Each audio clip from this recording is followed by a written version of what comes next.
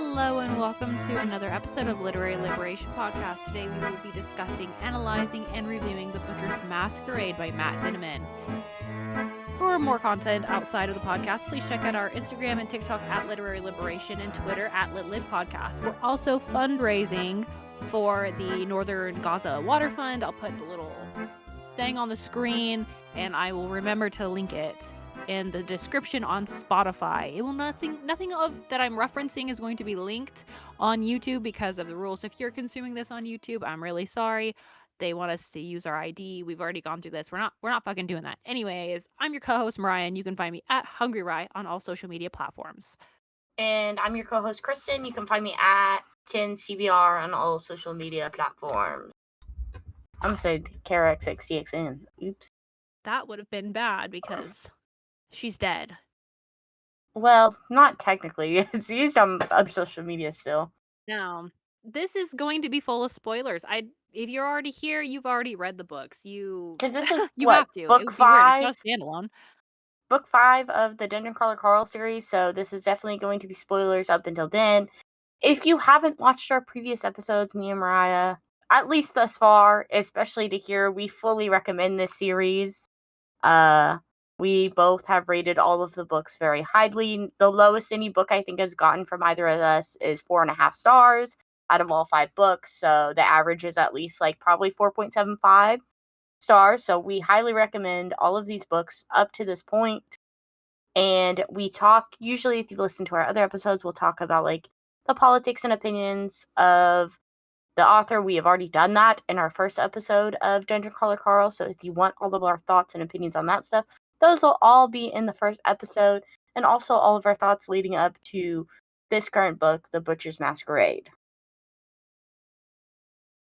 Now, the nice thing about this is we get pretty much into like the meat and potatoes of the show, where we can just talk about the ratings. This one is the highest rated, I think. Yes, from the last time I far in the checked. series. Yeah. Hold on. I'm looking at it right now. It has a 4.69 star average with about 57,000 ratings. Those are just the star ratings. And then just over 3,000, pretty close to 4,000 written reviews. Most of them are 5-star ratings. 72% of those are 5-star ratings. 23% are 4. And like the rest, 3, 2, and 1 star, it makes up like less than 5% of the total ratings, which is pretty bonkers. People love this shit. They eat it up. I mean, I've been seeing all of the cosplays of everything. Personally, I'm not going to cosplay. Carl. But you're not going to dress up like Carl? Maybe. I don't know. Probably not. Tyler said if we ever went to like a con, he would cosplay as Carl. I will be cosplaying my Labubu as Carl. I'm going to make little red shorts and a little jacket and a bomb for my Labubu, but not for myself. You need a mask, too. Yeah, I gotta make a little mask. And a cape. He needs his cape. Well, because especially this is the first book that we kind of get introduced to Donna and Carl being back on their own as much as they can be, I guess. With them having such a... Because, like, obviously the guild system is introduced in this book, which is different than the party. Now, if you don't know, Kristen just finished this book today. Like 30 minutes ago. Within the hour. Yeah. Yes. So I'm going to let you lead the way. I have some like guiding questions that I thought of, but I'm sure that you're going to recall them and it'll happen. Well, because I also read this in less than a week too, or maybe it was a week. Maybe I started it last Sunday too. I've been reading a lot, especially like the last like 400 pages. I read maybe 500 pages. I read like from Friday to today. So there is a lot that goes on in this book too. Like a lot. I don't know if this is the longest. It might be. I think it's longer than the next one, than Bedlam Bride. I know that for sure because I already checked. Because this one clocks in at almost 700 pages, I think. And with that, I mean, we start off where Carl and Donut are placed onto this floor, where the floor is similar to floor 3, is it? It was, I think. Or not floor, is it floor 3? Yeah. Or maybe it's the second one, because there's quests. I don't know. One of the floors is supposed to be similar to one of the past floors, which... Well, this one would have been the second, because the second, or no, Carl's Doomsday scenario, right? That is is the floor third 3. one, so it would be the Yes. third. It's weird because they did the first 2 floors in the first On the first one, book, yeah. and then the rest, you have to, like, add one to your count. Not, well, spoiler alert for later on, but not anymore. You have to add 2 now. Technically. But it starts off with a floor that's very similar to the Doomsday Scenario one, which is with following Signet's quest storyline, which is basically the character that you meet in like a circus where all you know is basically that her mother was killed and then her half-sister took over their kingdom, basically, and Signet is looking to get revenge for her mother's death. Is like Signet's storyline that Carl kind of gets roped into by the corporation that is running that show, because Signet is an elite, and so that's a specific NPC type that is basically created by like showrunners and corporations to, you know, make more money off of the crawl by having their own specialized, not so like kind of improv-y sort of show and storyline, which is really interesting that I don't think we know. Do we know specifically who's running that show? I can look. I don't remember off the top of my head. There is somebody Well, who's yes, running the show that... Signet. Because I just think it's interesting because of the way, especially that this book rounds out. It's really interesting that whoever is running it, they have to be under a lot of money, because especially with this book, we're getting change in who's running the crawl. Originally, it's the Boran Corporation, we are understanding, and the Boran government that was profiting off of the crawl. But then also about halfway through, we don't know what happens behind the scenes. We just know that the Valte is now in power, basically. It's very weird. There's a lot happening, and we can only get so much because the crawlers are only allowed so much information in Which is, relation to what's happening outside of the games, because they just want them focused on the game. So everything, yeah, they're kind of getting secondhand, like different from accounts, Zev. anecdotal, yeah.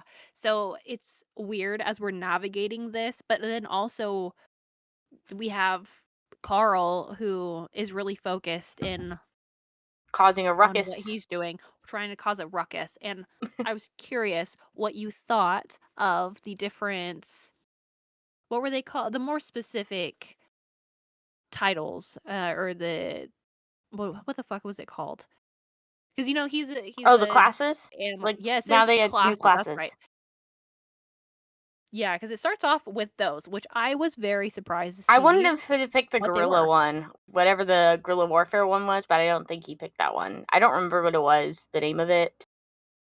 It was just called the Gorilla. I have them Oh, highlighted there at the top of the document for you to reference if you want to look at them. But the 3 that Carl had were Revolutionary, Gorilla, and Agent Provocateur.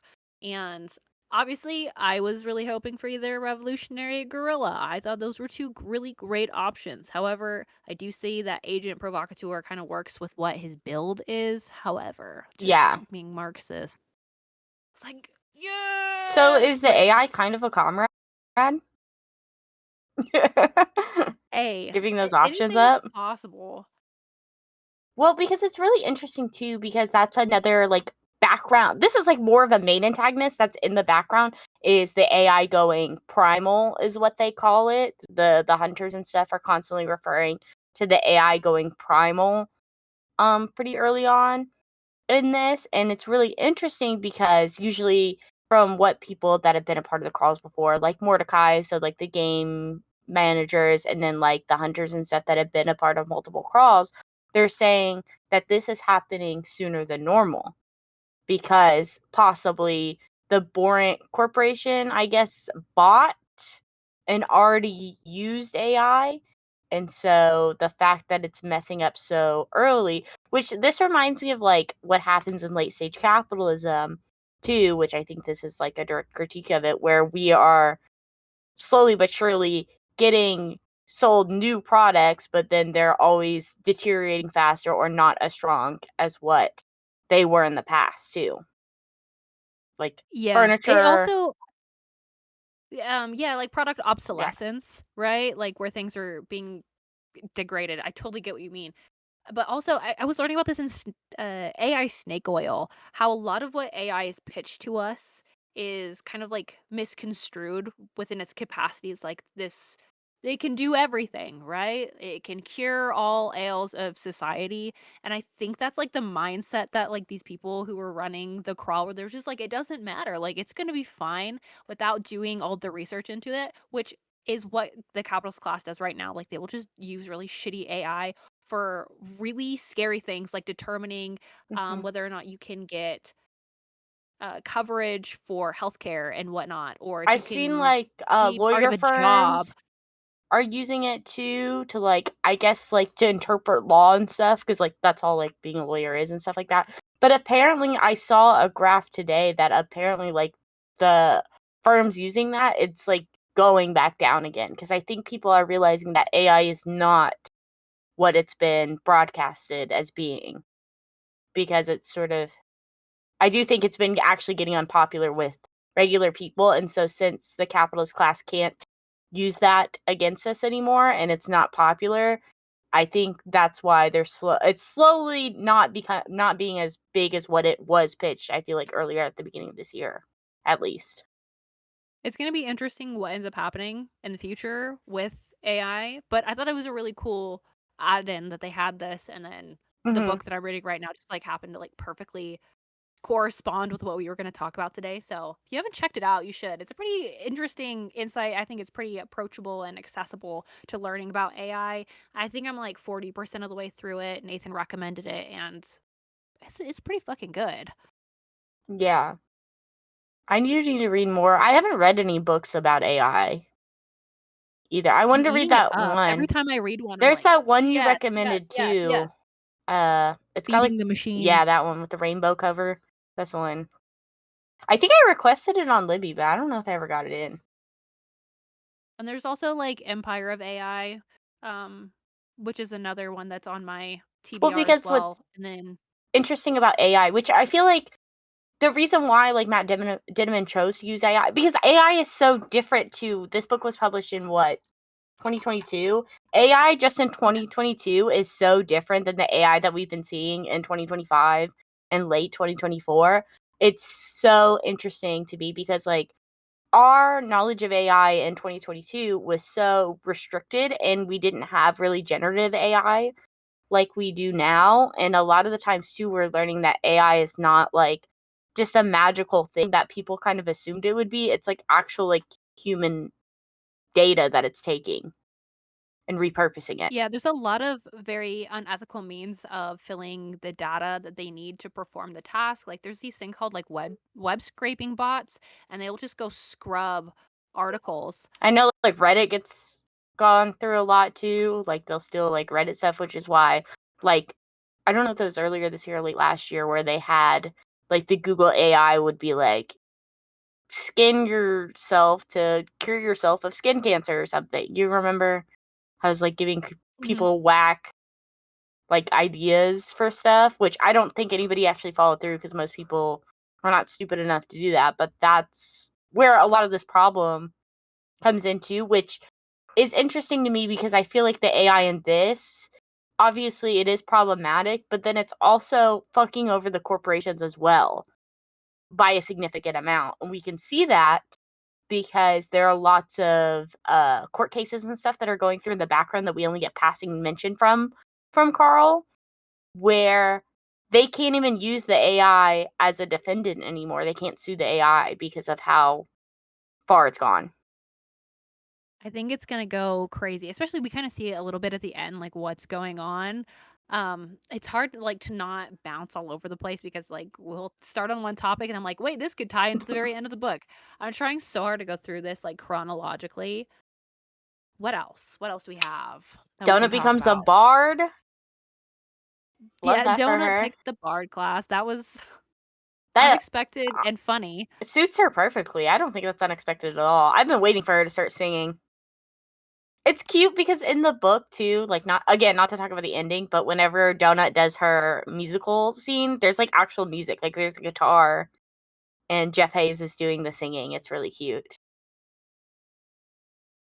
But I mean, we have even the whole like not quite making fun of like Comic Cons either. They have like the Crawler Con thing that Carl is whisked away to, where we kind of get some outside sources and information from that because he ends up using his resources to his advantage, whether or not it's declared cheating, even though the hunters were cheating the entirety of the game, which is also interesting. Yeah, I thought it was really interesting how, I mean, there was good commentary, at least I thought, or insinuation about how nefarious this, like, the reward was. Like, it pulls Carl off the floor for like a day and a half. Mm, And Carl is actively trying to progress so that he can go further on, so that he can escape, hopefully. So it's just like, oh, look. And they all get to meet him. They're like, wow, oh my God. And he's like, I don't want to fucking be here. I have to yeah. be here. And then they're sabotaging him while he's there. Yes. But it's interesting too because he's able to kind of make an alliance as well with one of the working class guards that was there by ranking his granddaughter's like artwork high enough so then he's able to get some benefits where he gets a bed that refreshes him in seconds, and then he also gets that extensive training room that he would not normally have access to. Which, the bed refreshing you in seconds being advertised as being like this perk, it is no way a perk to No. him, like, mentally. It's just like, oh, you can just keep going with the games. Like, that is Like insanity. And you can kind of see Carl's mental degradation through the level. Like, what he's doing, mhm. he's getting more risky with his choices, and it makes a lot more sense why Katya was like, I gotta go back a little bit, do my own thing, because Carl is kind of just on a suicide mission in some ways, where he's just gonna do whatever, and there's not a lot of communication to be had between him and Donut until a little bit later they figure something out. But it's it's Well, because of the game.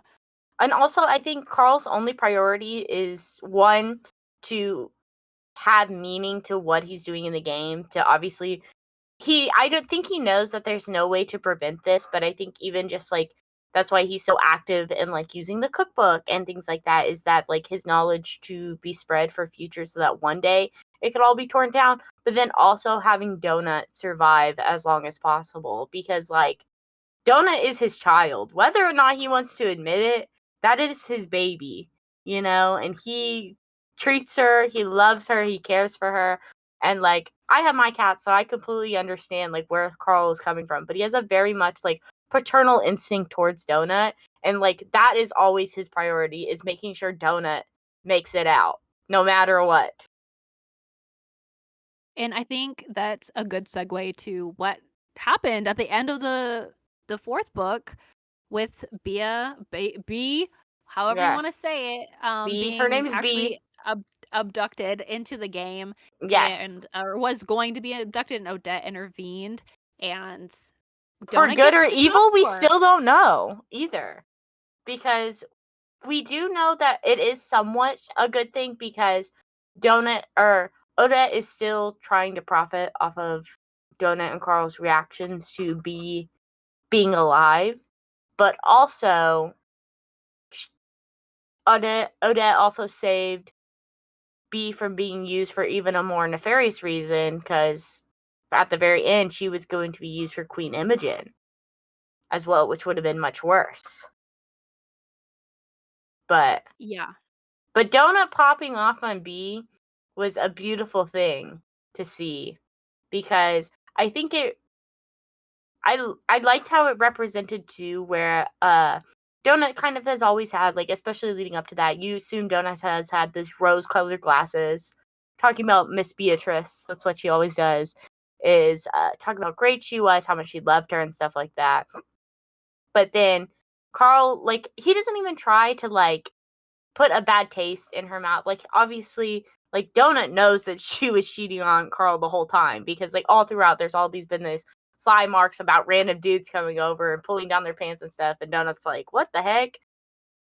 And Donut has made those slide marks and sort of things. But then it's also like Donut, I think socially before probably didn't realize it was wrong, but then as she like has been more with Carl and stuff like that, she's understood. And you learn that like Donut and Carl have always been a unit, basically, even whenever Beatrice was around, because Carl, like Donut always slept on Carl's neck and purred on him, you know? It was a really nice change to see, and I think it kind of reaffirmed their bond and their solidarity with one another, and like how far they will go to like keep each other safe. And I really like that because it had been up in the air like what exactly Donut would do if she was able to see her former like owner, like the proper owner. And it was a really good scene. I really liked that scene. I thought It it was really hit me in the feels. It was interesting too. Donut decided to wait until the cameras were off, which shows how much Donut has matured too. Because I feel like earlier on, Donut would do anything for a viral clip or anything because like that's drama. That'd be the front of the tabloids, you know, sort of thing. Like Princess Donut pops off on former owner, sort of like you could see like the whole like that would be a whole thing going on in the crawl, especially people that are Donut fans, people that aren't Donut fans, sort of thing. I could see, especially with Donut being one of the highest ranked crawlers. But then, honestly, so much has happened too. I kind of forgot that Donut went off on Beatrice. This book is full of it just like keeps going. Yeah, because that's probably like, what, not even the halfway mark. I think that happens. I'm scrolling through. I know. I'm trying to remember other good points that I had that I thought we could discuss, I guess. What do we think of Carl calling Piggy Boy an imperialist? Do we think this was done from the perspective of Leninist theory of imperialism, or is he just calling him by like the classical definition? Are you That was talking like an about interesting line. this King Prince Maestro? Yes. I honestly don't even remember that part. Where's that at? Where's the quote? He said, "The day I take a bribe from some pig-faced imperialist fuck is the day I wither." Oh, dang, that's early. That's page 31. Yeah, I just saw it and I was like, "Oh, yes." I thought that was interesting. It's kind of hard to tell because this is happening like right after we're learning about um the different classes, but then he mentions that and it kind of set the tone for the politics That in wasn't this Carl book that for said me. that. I think that was his Quasar. That was his lawyer that said that. Yeah, but it's like indicative of like do we think what is Matt's politics when he's saying this? Like what perspective is he coming like the approach? So I don't really care who it came from, but like what do we think? I do think because like again, we talk about this every time too, how we want like Matt Dinniman. We need him to go up on stage, declare your political affiliation. Whatever it is, I know it's on the left and I won't be that upset with you no matter where it goes. But I do think it probably is more of a general definition because I don't think a lot of people read a lot of Lenin and such. You know, like the average person. Yeah, just for people listening, I think that's kind of a good point to say. It's like I don't think because there's nothing else really said about it. Mm-hmm. And I wish he would have said more because the way that he referenced revolutionaries and guerrilla and agent provocateur, I was hoping. Which we could be wrong. He could be vague about it and it gets more later. We don't know. Just say it. Just say it, man. Mask off. What other point? Matt. I think the Zarina quest line, this is before we got on, like 5 minutes before we started filming. We were discussing this with Signet and what we think of this because when I was reading it, I stopped and I was highlighting things. I was like, oh my God, we might have to talk about the Bolsheviks in 1917 and the revolution, what happened to the czars. But Kristen didn't get that from this quest. And I think it's interesting that we both extracted two different kind of interpretations of what's happening. And we can explain why we both got different conclusions. Well, yes. Well, because what we know basically by the end of the third floor is that basically, all we know is that Signet basically, she's an orphan and she had to go live at the circus because I don't remember if her mother was necessarily like assaulted or anything, but I know her mother was basically had relations with the king. I guess they're elf naiad thingies. I don't know really what they are. They're like elf kind of creatures. And he had relations with her mother, ended up giving birth to Signet. And her mother was like the princess of some, I don't know, castle, some land. We don't really know. Again, with the floors too, because they're not like real NPCs. It's all kind of just like made up for the lore of their shows and stuff. But her mother was like planning on leaving. Like she didn't want to be a ruler anymore. Signet didn't want to be a ruler because she was just a child or whatever. But then her half sister basically killed Signet's mother and like all of the people around so that she could take over her father's castle, and she didn't want any other person to be able to have claim to the throne. Which to me, because like the only thing that is similar to me is that like there was a usurping of one form of government going to another, but I don't think Imogen is ever portrayed as being any type of like left-wing person or left-wing ideology or anything. Like she's still shown as being like a monarchist, I guess you would say. Like she doesn't have, we also don't really get to see anything with her story. I think the only reason that she exists is just to be Signet's foil in the story. Yeah, and I can explain a little bit of like why when I was reading it, I was kind of seeing some parallels, which the way it's described, right? So like we have the coup, which is pretty much what is stated or assumed. I guess it's a coup d'état of what happened with the Bolshevik Revolution. But with her, like the mother was like, "Oh, I'm gonna step down. I'm not gonna do this." During like leading up to the Russian Revolution, like the Duma, like the political party, they were doing reforms at that time. So to me, it made it seem like, oh, like maybe that's like the connection there is that like there was reforms happening. So people thought like, oh, there's just going to be like this reforming into a liberal democracy happening. But the Bolsheviks, like if you've read anything about the Bolshevik Revolution, like you saw like it really wasn't going to go that way. So they took matters into their own hands, and then whether or not you think it was ethical for them to kill off the entire like Tsar's family, the Romanovs, or yeah, the Romanovs. But it also with like Signet being like the lost daughter, like Anastasia.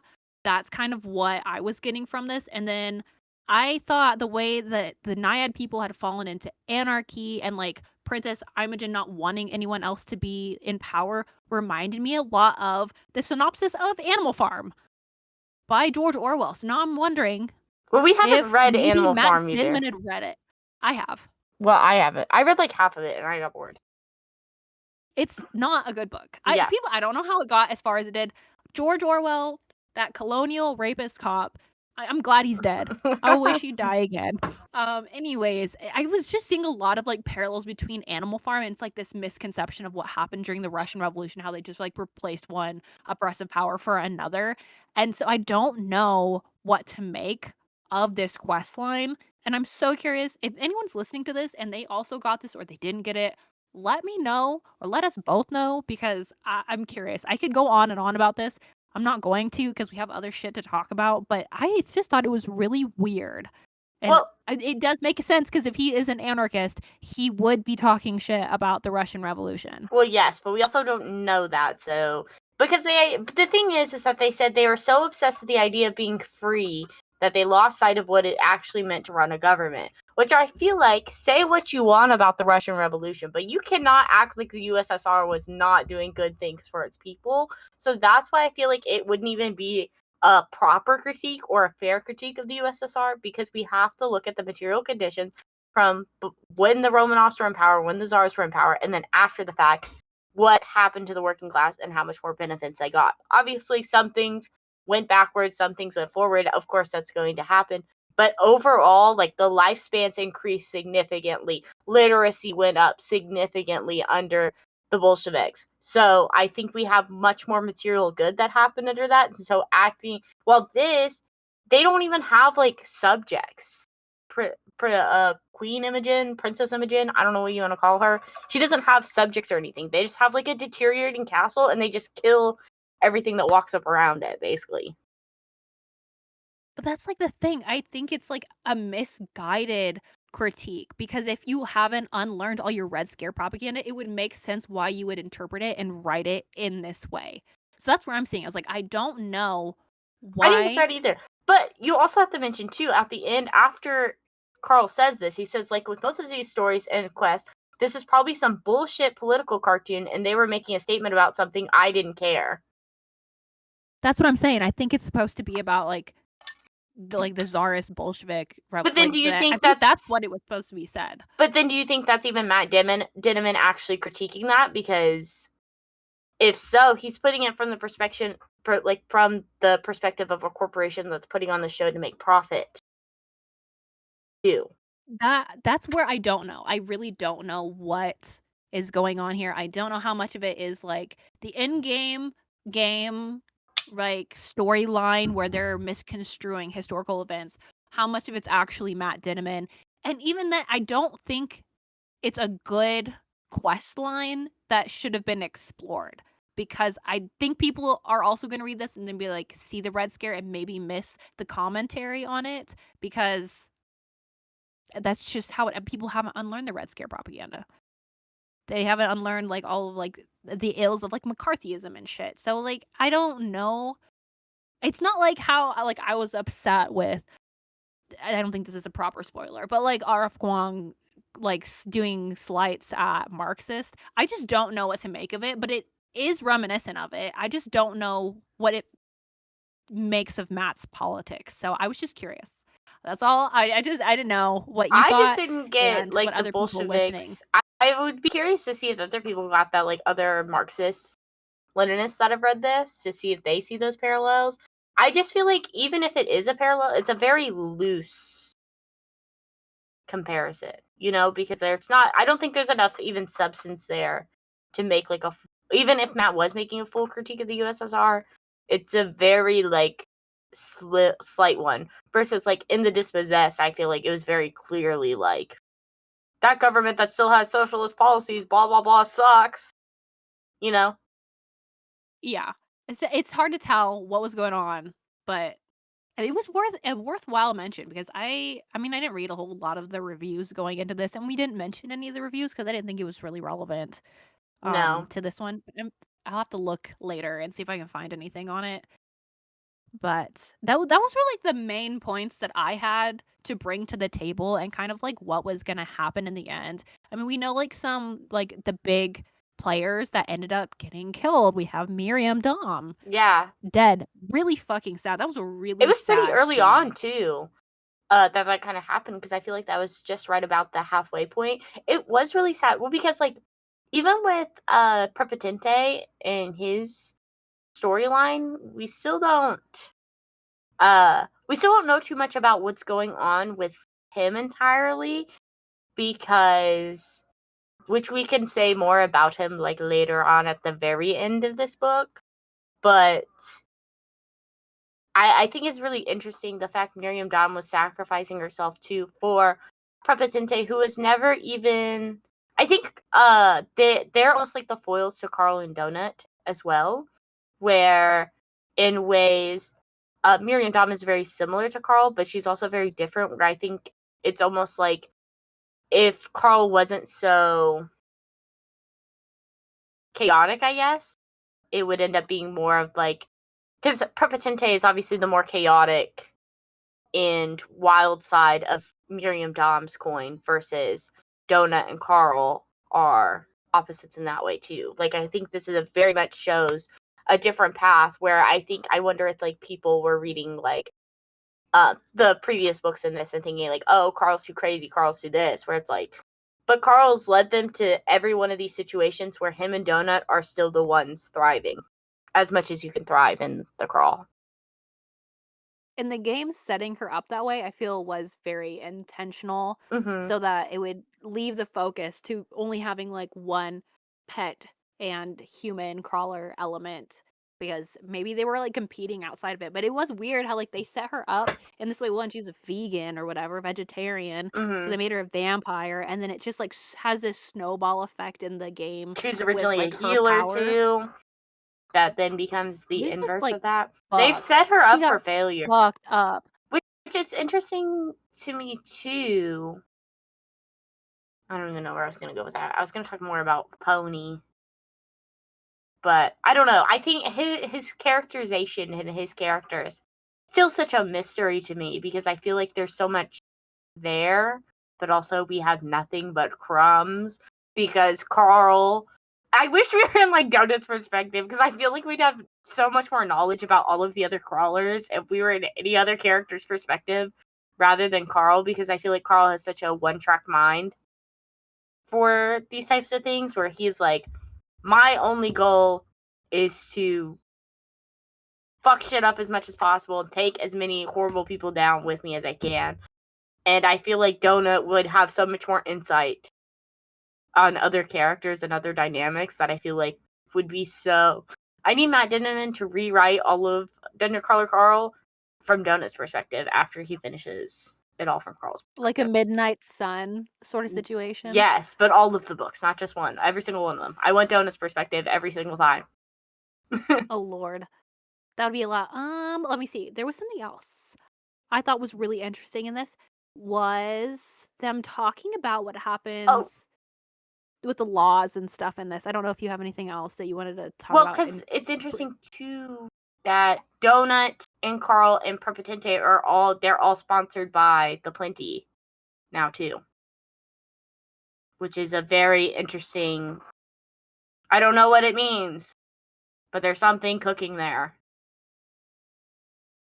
I'm excited, but I'm also scared to read the rest of the books. If I'm going to be really honest with you, I'm scared right now. Once you get to the ninth floor, it's fucked. I don't want to read the rest. I'm like, I don't know what to do, but I don't want to like, I don't know. We could talk about the end. I think we could talk about the end. I think we discussed most of like the main politics of this. Yeah. I mean, obviously there was like a moment where Zev was explaining what happened to like criminals outside, like in which I thought was really interesting, and how it's like indentured servitude basically. Yes, it was really crazy, and if you want to read it, it was like on page 42. It was super early. Some of the stuff that there's a lot of really strong politics. That's chapter really 42. It was 392 is the page. Oh, was it? Okay, sorry, I'm misreading this. My own document. But what else do we want to... Donut is officially an owner of a business. Oh yeah, right? the Princess Posse. That has been crowdfunded by well, because we don't know. That's why I'm saying we need Donut's perspective. I need to know what she's been saying on the chat forums and stuff, because obviously we knew, like, I feel like it was obvious Donut would have such a cult following anyways, you know? She's Donut. She has a cult following in real life. All of the people, everybody loves Donut. She's just so likable in such an unlikable way, because I think it's really interesting too that you write such like a snooty, snobby character that people just can't help but love, you know? And so I think that translates like in the dungeon too, where she's got a lot of fans and stuff. And I think she works really well with Carl too, because the way that Carl is and how it's like the moon and the sun with the way that Donut and Carl are, is that ultimately I think Donut has a lot of the same goals as Carl, because you have to think she's basically being raised by Carl still. Like, she's obviously growing up and she's been from a child being raised by Carl and stuff like that. So she's going to have the same like principles and ideals of Carl, but she's going to have a different way of going about them because she still has a much more analytical mind. And so the fact that she's been planning like her own revolution while Carl's been acting like he's been doing this all on his own is such a good way to like get back at Carl, because he tries to act like he's the big hero and everything. And like obviously what he does is very important and he does a lot of planning and things like that. But I think he's almost such a control freak too that he doesn't realize like when Katya is doing things on her own, or when Donut is doing things on her own and things like that. But like it works better with teams and big groups and stuff, because I think he has a lot of guilt whenever the people that are willing to sacrifice as well end up getting sacrificed. Yes, and there was a lot of people that ended up passing in this book, which I was very Ross, surprised. That was really sad. The Gwen, really buff lady, I can't Gwen, remember. Gwendolyn. It was Gwendolyn, yes. She passed. There's some It dude that was played Wonderwall. He died. it Which was all really bad. Which that whole like the like I will say, I do think that Matt Dinniman can write like action conflict, like scenes. war conflict, like action scenes really well. They're It's very engaging. I think too. Well, because Mariah, I'm telling you, you're missing out so bad by not listening to the audiobook while you read these. Because I'm telling you, it's a movie. Like I know you don't necessarily like movies, but like it's something that's so clearly directed, and the voices and the way that it's done is that like I've never like I'm not really one of those people like like the aphantasia or whatever, like how clearly like whenever you imagine a red apple in your head you actually see a red apple.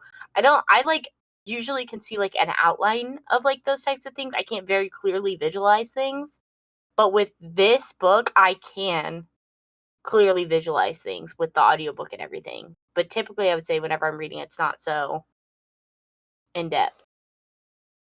I will say, since we've been talking about this, and one of my bookish friends is also like on political TikTok, Azure the Atheist is reading this as well and is loving the tandem read. Yes, it's Absolutely eating it up. yeah, it's like I never will. I think like for Matt Dinniman's books, that is the way that they are meant to be consumed is by listening and reading it too.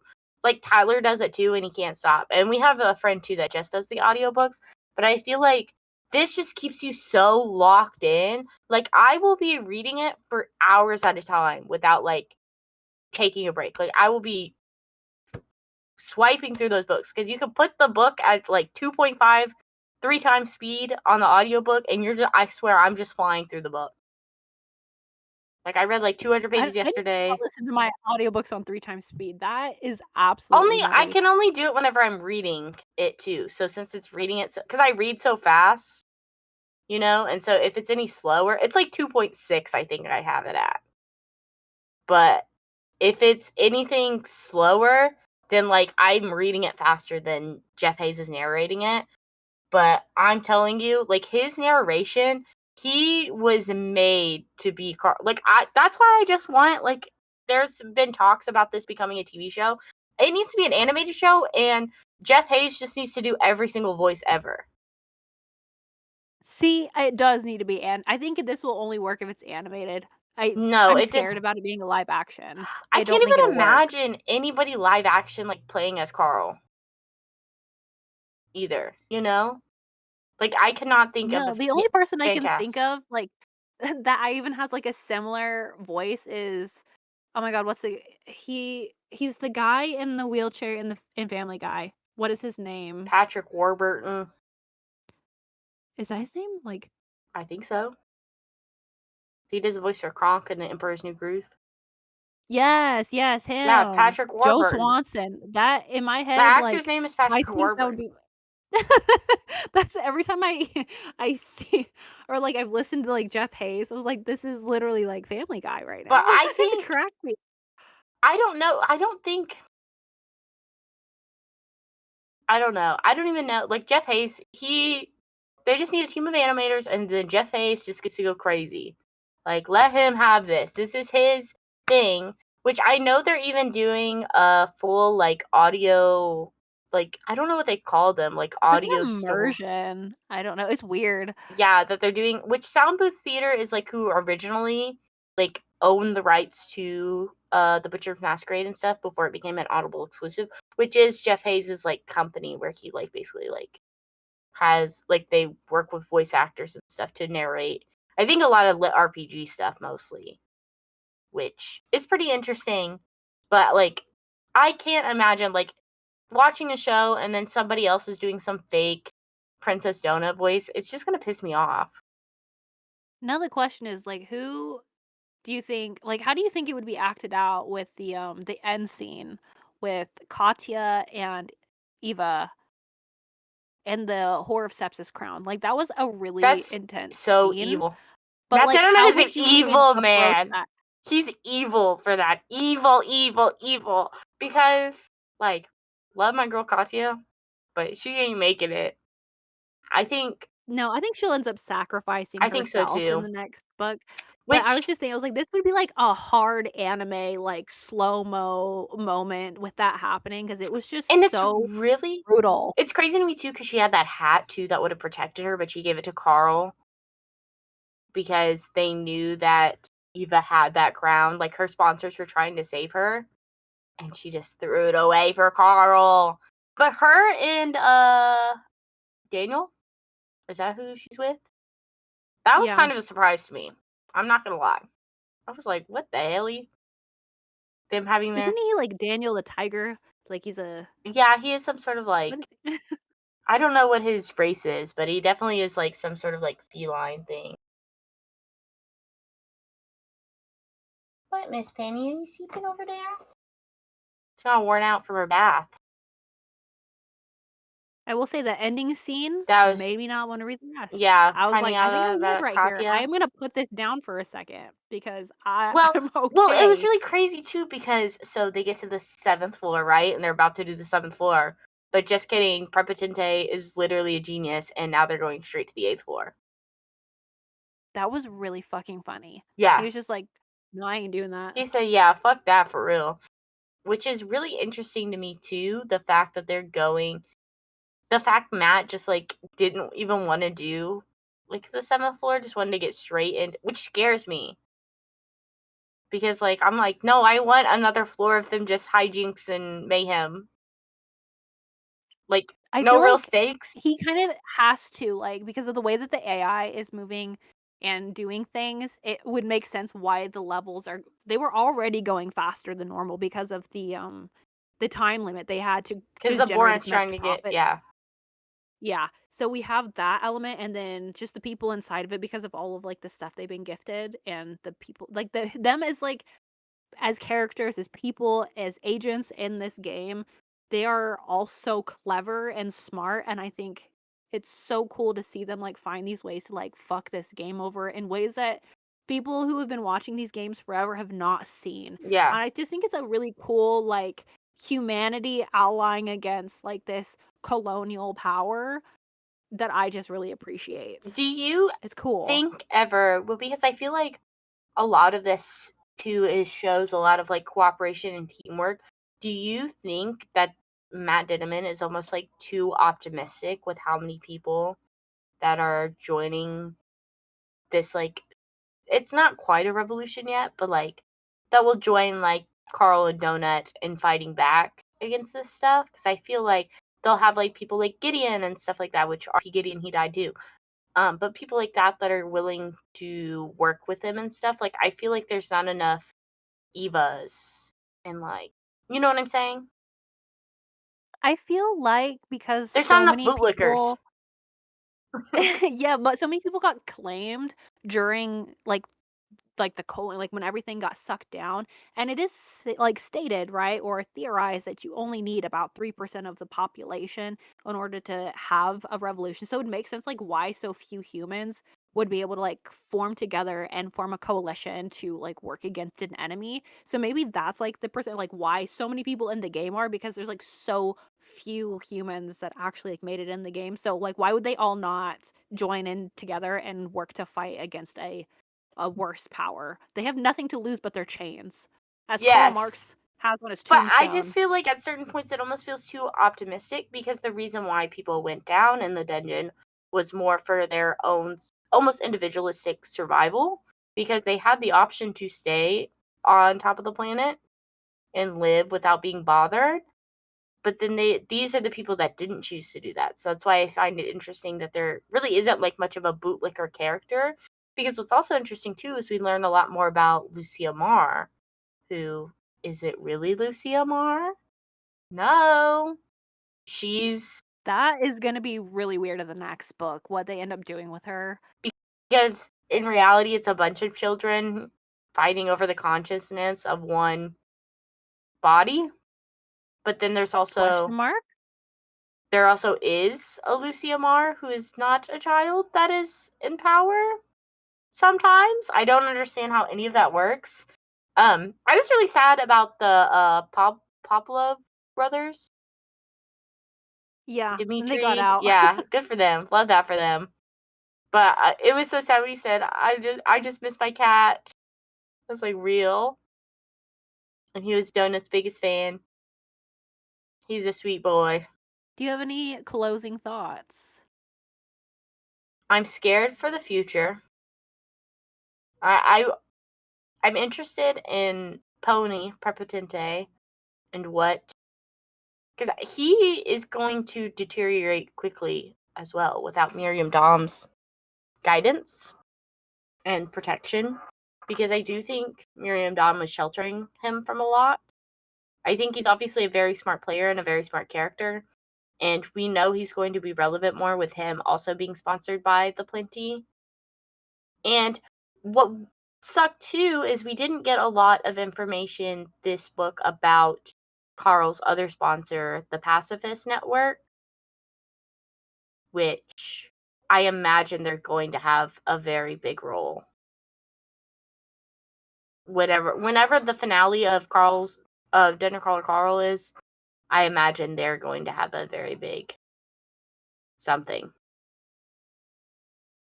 I'm excited to see the fruits of Donut's labor. Yeah. And how that's going to play into the faction war, and how I'm sure we're going to get a lot more of what's going on behind the scenes, kind of secondhand from Zev, what's going on. Well, it's interesting and I'm too. curious if we're going to see more of Zev's politics shine through, because we did get a lot more of her where she's kind of sounding like herself again. Yeah, But other times she's kind of just playing along, reading a script. I think what she's trying to do a lot of too is I think she does identify a lot with Carl and Donut's messaging, but because of her placement is she's almost like their inside man, that she has to be very careful about what goes on, because if she does expose too much, then she will end up no longer being the inside man for Carl and Donut. And her because there's a line too where Carl's like, "Don't forget like what we've done to put you there," or something like that. Where I think that like Zev needs them as much as they need Zev too, because they knew what it was like to have that other lady in the last book. I don't remember what her name is. She's dead. Good riddance. But you know what I'm saying? Like they still need Zev, even if they might not want to work with her 100% of the time. She is still like a necessary, an integral source of information for them. I'll be interested to see and if Quasar, Carl's lawyer, plays more into the story as well, because we didn't get a lot towards the end. Like he was very active in the beginning, but then towards the end he hasn't been able to get a lot of messages in either. Yeah, I'm not gonna. I have no idea what's gonna end up happening with them. I mean, he's gonna be along for the ride. Like, I'm glad we have like another main person Like that's from the involved, that's outside. on the outside. Yeah. But that's also kind of like just this like nonchalant, cool dude, you know? Mm-hmm.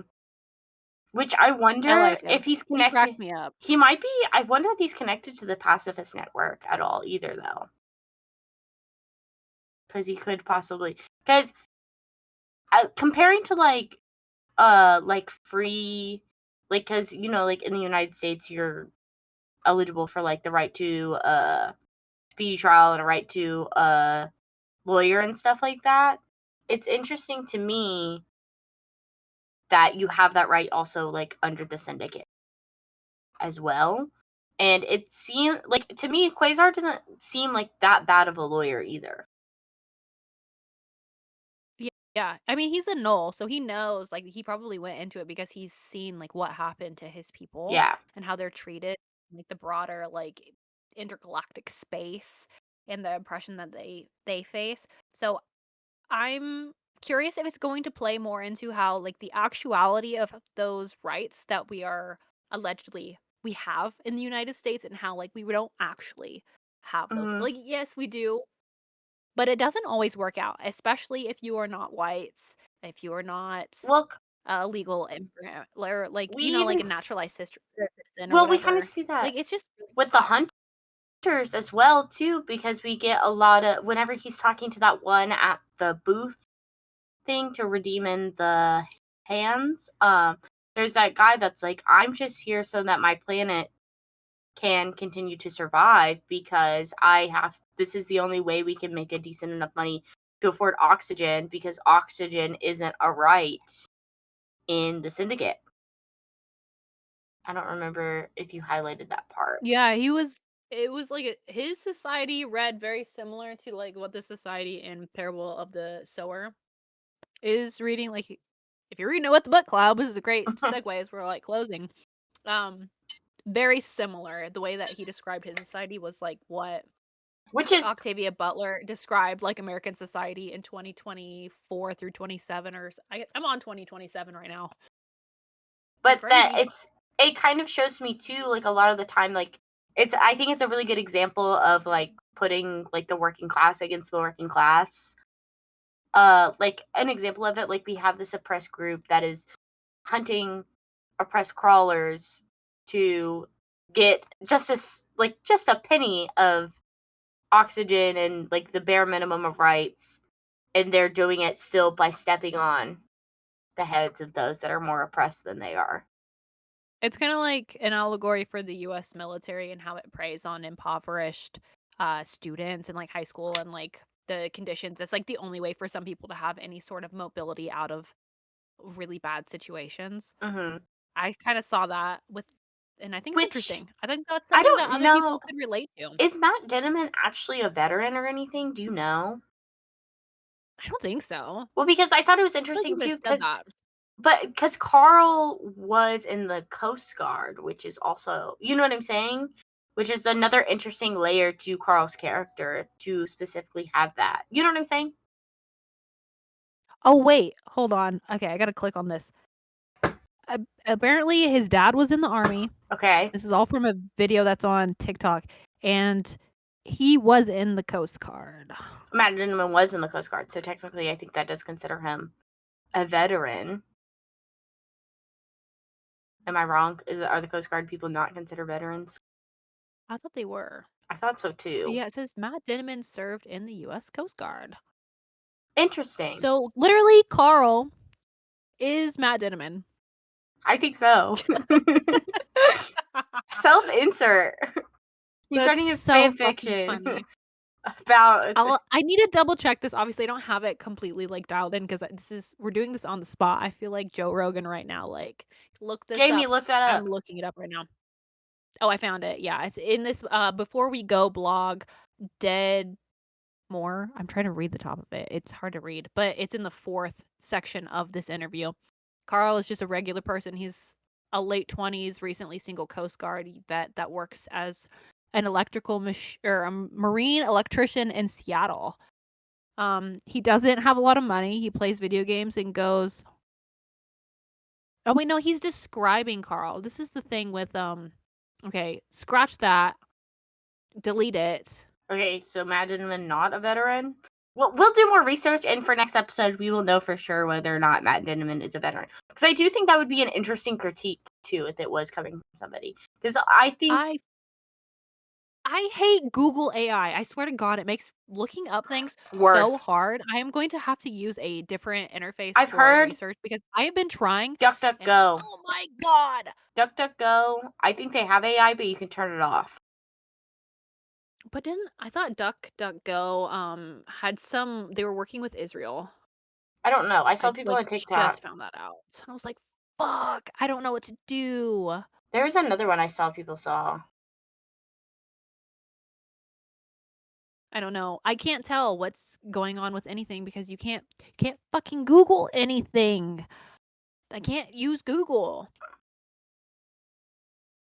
Anyways, DuckDuckGo is American. These are not 100%. I know it's like an American. I thought I saw it on Threads. So like, take this with a grain of, take this with a tablespoon of salt because I don't know. I'm just talking about shit that other people have said.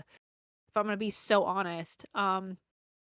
But if you have a good search alternative to Google, I would appreciate it. Let us know. I don't know what to use.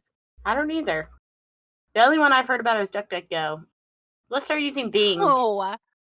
Just kidding. Go Bing, Yahoo. I'm gonna Bing it. I don't even know if Yahoo still work it. I don't know. I thought they got rid of Yahoo. Like, search engine. They may have, honestly. Anyways, other than that, Don't forget to join the book club. We are reading Parable of the Sower this month. And then also for the episode, Mariah and I will be reading the duology. So we'll be reading Parable of the Sower and Parable of the Talents. So if you would like to have both of those read by our next episode, so you can get our full in-depth thoughts on both, because we will be talking about both, you can read the first one along with us in the book club. Other than that, check out the Gaza Water Fund that will be linked below on Spotify, Apple. If you're on YouTube, you could DM us. We will give you that link gladly on anything, or comment. I don't know if we can comment links, so maybe we'll have to try that. Other than that, thank you and good night.